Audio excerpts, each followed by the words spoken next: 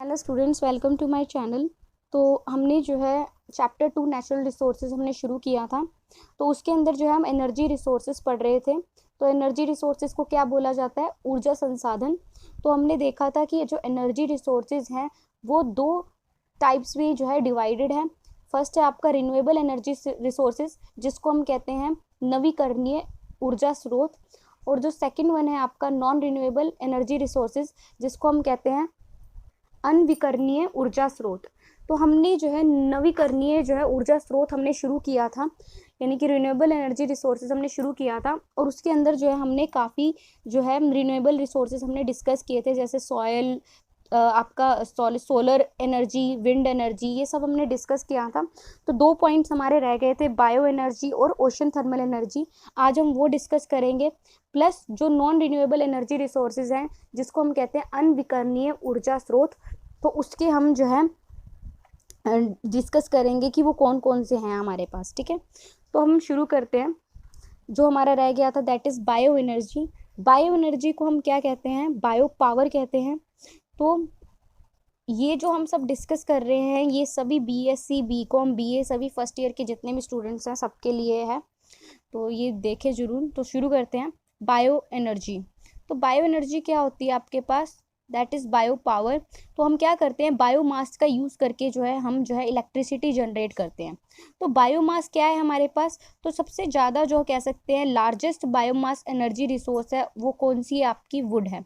और इसके अलावा भी बायोमास और भी रिसोर्सेज हैं बायोमास की, जैसे कि प्लांट्स हो गए, और जो एग्रीकल्चर या फॉरेस्ट्री से बचा हुआ रेजिड्यू वो हो गया, और जो ऑर्गेनिक कंपोनेंट है म्यूनिसिपल इंडस्ट्रियल वेस्ट का ऑर्गेनिक कंपोनेंट, वो भी किसका काम करता है? आपका बायोमास का काम करता है। और यहाँ पे क्या कह रखा है? जो लैंडफिल से निकलने वाला धुआं है वो भी क्या यूज़ कर सकते हैं हम? As a biomass energy source कह सकते हैं उसे। तो बायोमास क्या होता है? वुड होता है, और जितने भी प्लांट्स हैं वो, और ऑर्गेनिक कंपोनेंट जो म्यूनिसिपल या इंडस्ट्रियल वेस्ट में से जो ऑर्गेनिक कंपोनेंट निकलता है वो सारा का सारा आपका किस में आ जाता है? बायोमास में आ जाता है। अब जो बायोमास का अगर हम यूज़ करेंगे तो इससे क्या हो जाता है?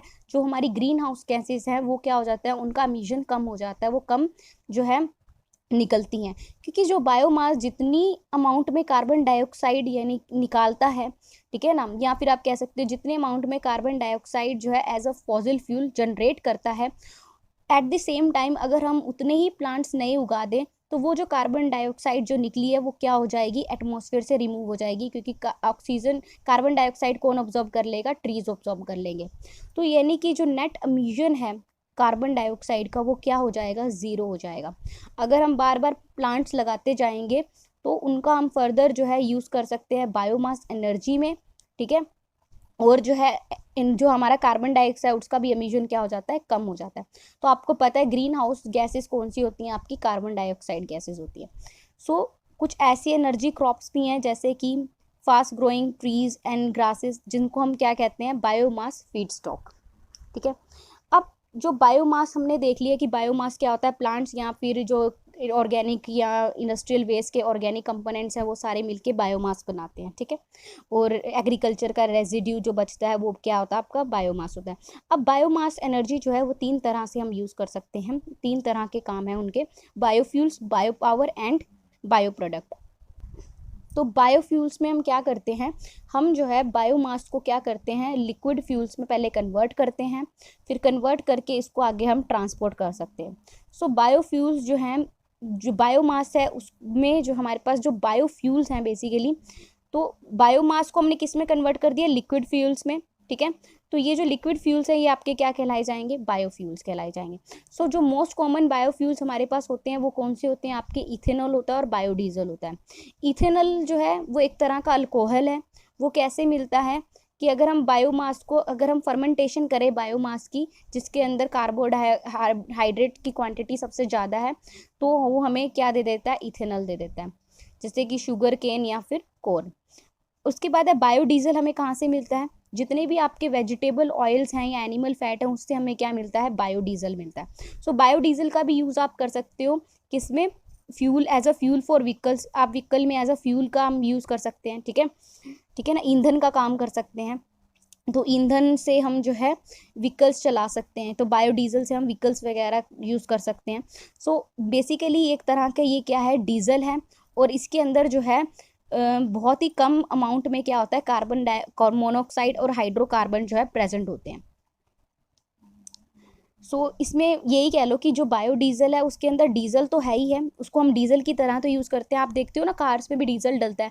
तो बायोडीजल का फ़ायदा क्या है, इसमें डीजल तो है ही है, पर इसके अंदर जो कार्बन मोनोऑक्साइड या हाइड्रोकार्बन की अगर हम बात करते हैं, ये जो लेवल है, ये जो चीज़ें हैं ना, कार्बन मोनोऑक्साइड जो कि मेनली पोल्यूशन क्रिएट करती हैं, ये इसका लेवल कम होता है इसके अंदर, एज कंपेरिजन जो आपका सिंपल डीजल वाली जो व्हीकल्स चलती है ना उनके कंपेरेटिवली। अगर आप बायोडीजल पे आओगे तो उसमें ये लेवल कम होगा। उसके बाद है बायोडीजल, जो है वो बायोफ्यूल की तरह हम काम कर, यूरोप में सबसे ज़्यादा जो एज अ बायोफ्यूल यूज़ होता है। उसके बाद है नेक्स्ट है बायो पावर। बायो पावर क्या होता है, बर्निंग बायोमास डायरेक्टली और converting into a gaseous fuel और ऑयल टू जनरेट इलेक्ट्रिसिटी। तो बायो पावर में क्या होता है, हम क्या करते हैं, जो बायोमास है जैसे प्लांट्स वगैरह जो मैंने आपको बताया था बायोमास बन जाता है, तो बायोमास को हम डायरेक्टली हीट कर देते हैं, मतलब बर्न कर देते हैं। तो बर्न करने से क्या होता है, वो गैस में कन्वर्ट हो जाता है। तो वो जो गैस है उसका फर्दर हम यूज़ करते हैं इलेक्ट्रिसिटी प्रोड्यूस करने में। जैसे यहाँ पे क्या कह रखा है, जो बायोमास है इनको हमने डीके किया, इससे हमने क्या किया, गैस प्रोड्यूस की। गैस जो निकली वो गैस कौन सी है बच्चे, मीथेन गैस है। और मीथेन गैस को फर्दर हम क्या यूज़ कर सकते हैं, एज अ एनर्जी रिसोर्स, यानी ऊर्जा स्रोत की तरह हम इसका यूज़ कर सकते हैं। ऐसे ही लैंडफिल्स होते हैं, इसमें क्या होते हैं, वेल्स क्या करती हैं, मीथेन गैस रिलीज करती हैं।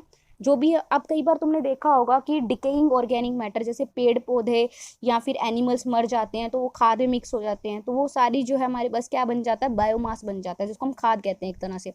तो वो जो है वेल्स जो है ना, उस वो क्या करते हैं, लैंडफिल्स के अंदर ये जो ऑर्गेनिक डिकेइंग मैटर होता है ना, इनसे जो है क्या निकलती है, मीथेन गैस निकलती है। तो बायो प्रोडक्ट, बट वैसे ये methane gas is very dangerous. ठीक है, आपने कई बार नोटिस भी किया होगा कि एक बार मीथेन गैस निकलने की वजह से जो है इंसान डेथ भी हो जाती है काफ़ी। तो ये जो थोड़ा सा डेंजरस है। उसके बाद है नेक्स्ट है बायो प्रोडक्ट्स।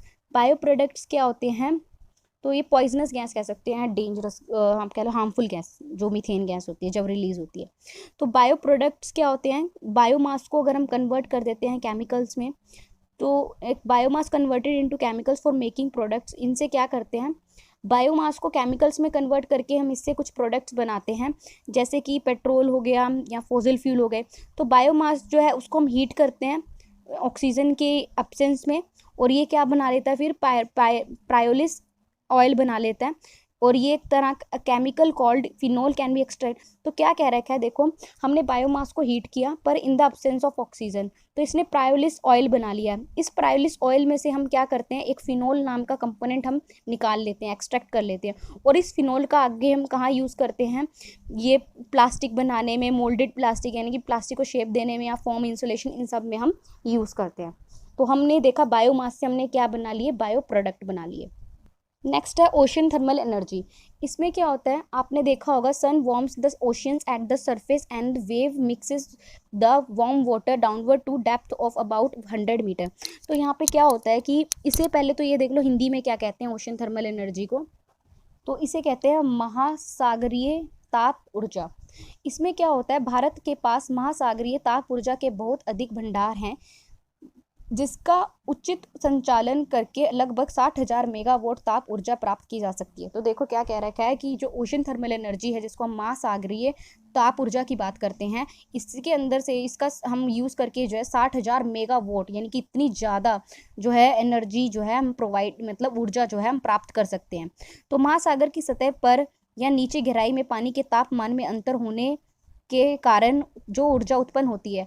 अब देखो, जो आपको पता है, जो महासागर यानी कि जो ओशन है हमारा, उसकी जो ऊपर वाली सतह होती है ना, जब धूप पड़ती है, सूरज की किरणें पड़ती हैं, वो काफ़ी गर्म हो जाती है, और निचली सतह उसकी ठंडी होती है। तो ये जो टेम्परेचर डिफरेंस आया है, ऊपर की सतह गर्म है और नीचे की ठंडी है, तो उसकी वजह से क्या हो जाता है कि ये इसका ताप मतलब उससे जो है महासागरीय ताप ऊर्जा कहा जाता है। तो ये क्या कह रखा है, ये जो तापमान में जो डिफरेंस आया है, इसको हम क्या कहते हैं, महासागरीय ताप ऊर्जा कहा जाता है, ओशन थर्मल एनर्जी।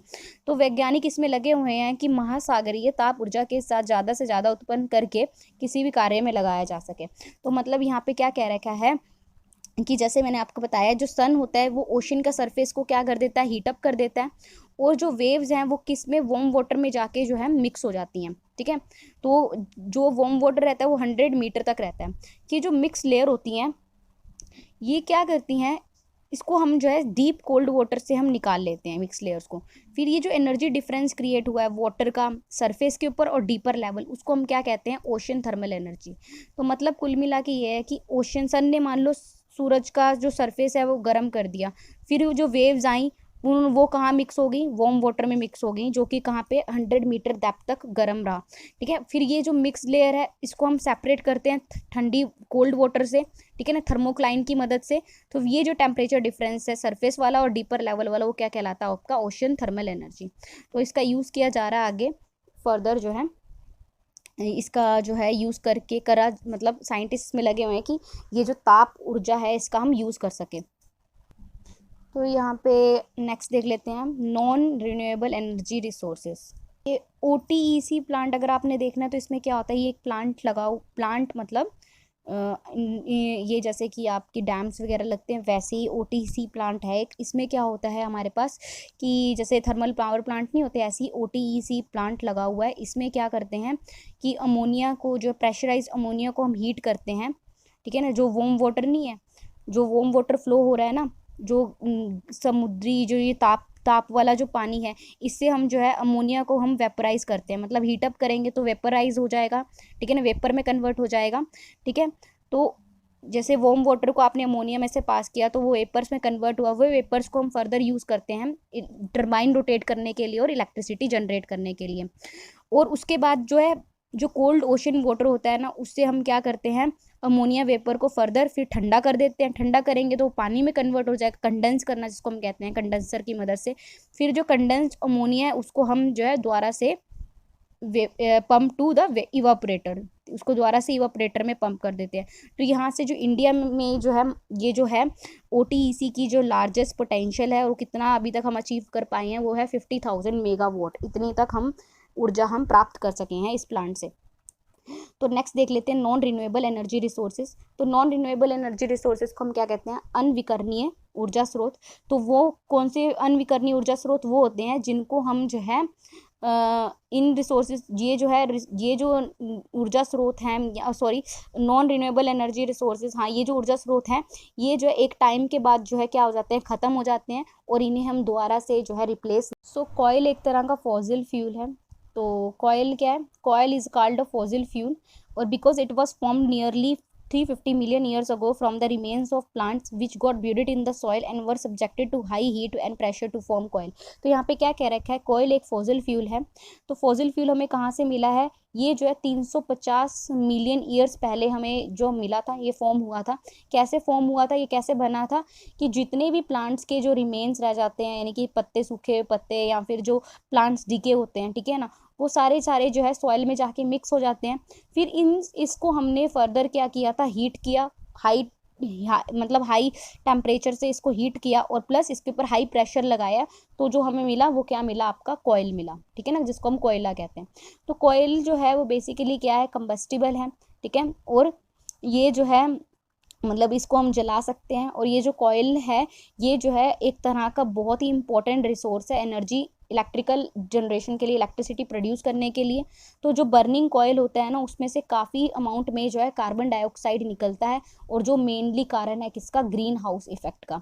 तो इसके अलावा ये कह रखा है सिर्फ ग्रीन हाउस इफेक्ट का कारण है, इसके साथ साथ जो है कॉयल है इसको हम दोबारा से रिप्रोड्यूस नहीं कर सकते। एक बार आपने कोयला बर्न करा और उसे ख़त्म करा तो हम दोबारा से इसको प्रोड्यूस नहीं कर सकते, ठीक है। उसके बाद है next step, next is petroleum. Petroleum एक तरह का क्रूड ऑयल है, ये भी क्या है, अनविकरणीय जो है ऊर्जा स्रोत है। और ये पेट्रोलियम जो है इसको हम एक्सट्रैक्ट करते हैं, और इसको जो है फर्दर हम जो है जितने भी फ्यूल सोर्सेज हैं उससे हम बनाते हैं, जैसे कि पेट्रोल बना लिया, डीजल ले लिया, ठीक है ना, प्रोपेन, जेट फ्यूल, ये सब हम जो है various variety of fuel sources हमें मिलती हैं इससे, पेट्रोलियम से। पैराफिन, वैक्स हो गया। सो पेट्रोलियम जो है वो एक तरह का फॉसिल फ्यूल है। और ये कैसे बनता है, जो जितने भी जो डेड ऑर्गेनिज्म है, ठीक है। Large quantity of dead organism are buried underneath sedimentary rocks and undergo intense heat and pressure. Same वही प्रोसेस है, जितने भी आपके डेड ऑर्गेनिज्म जो ब्यूरिड हो जाते हैं, यानी कि मर जाते हैं, सॉइल में जाके मिक्स हो जाते हैं, या फिर आप कह लो कि रॉक्स में जाके मिक्स हो जाते हैं, उनको हम फर्दर जो है क्या करते हैं, हीट करते हैं और प्रेशर लगाते हैं, काफ़ी हाई प्रेशर पे रखते हैं, तो हमें क्या मिल जाता है, पेट्रोलियम मिल जाता है। तो इसको भी हम जो है, ये कहाँ से मिल रहा है, एक तरह से डेड ऑर्गेनिज्म से मिल रहा है। तो इसका भी कोई तरीका नहीं है कि हम जो है इसे एज ए ह्यूमन हम इसे रिप्रोड्यूस कर सके, ठीक है।